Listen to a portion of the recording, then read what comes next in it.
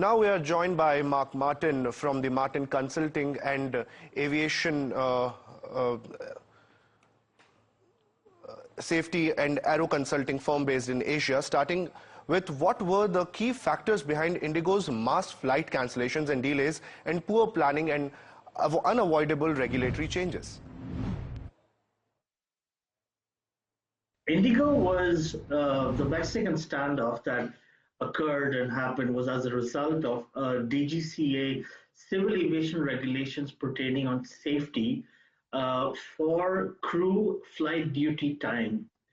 The revised FDTL put restrictions where were much needed with respect to crew flying consecutive non-stop night flights, which lowered their productivity and ability to react and respond in emergency situations, and also incorporated a mandatory weekly crew rest, which is required by the law. This regulation is an identical regulation which is prevalent in Europe and the US and most parts of the world. So what the DGCA was trying to do was come up to a world standard. IndiGo from the outset opposed this regulation. This regulation came into circulation 2 years ago. And at that time, as part of something called collective decision making, the regulation was released to IndiGo and other airlines for them to comment on it and put their recommendations and views. IndiGo was also given that opportunity, and they did. But from the start, IndiGo has been opposing this regulation because it actually would have pushed IndiGo to hire more pilots, start organizing areas for crew rest, including accommodation and hotels, and overall increase the cost. What they did last week was clearly an extremely surreptitious, premeditated and planned action where they chose to cancel flights in retaliation and in resistance to the FDTL. And that's extremely unbecoming, both for India, for the regulator, and for safety collectively. Mark, is IndiGo now too big to fail and too big to regulate, given its 60 to 65% market share and dominance in the domestic aviation? Has it led, is it not following the regulation now? Well, whether you're small or you're big, a safety regulation is a safety regulation. You can't violate it because you're carrying human beings and you're carrying lives. You violate a safety regulation and you have an incident or a crash, people die. So it doesn't matter whether you're 60% or 80% or 100% of market share. If a regulation comes out, you have to comply because it is in the interest of safety. Nothing more, nothing less.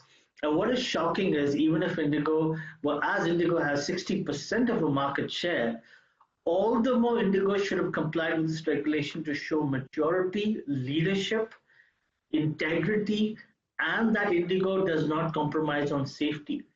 But by IndiGo resisting so much, it proved one fact that IndiGo doesn't care about public safety, doesn't care about passenger safety, and doesn't care about India's safety credibility with the world. Mark, are India's aviation regulators, that is DGCA and Civil Aviation Ministry, doing enough to enforce the compliance and protect passengers during such crisis? No, the DGCA is not doing enough to enforce its regulation.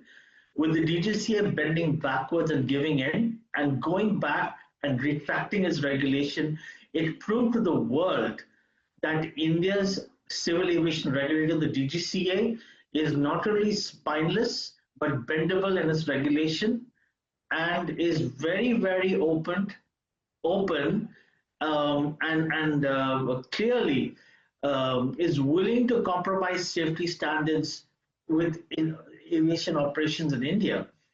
And this sends an extremely negative message with the world because let's be clear, we've just had an Air India 787 Boeing crash which occurred in June. India's safety record is already tarnished, and this move by the DGCA to give in to airline pressure is very clearly going to further deteriorate and put our safety standards back. And this was not expected by at least the DGCA. So, Mark, being in a situation like this, what do you think is the way ahead going forward in next 6 months to 1 year? So this is going to have a deep, broad, impacting ramification on India's global safety standard, on IndiGo's credibility and reputation as a safe airline.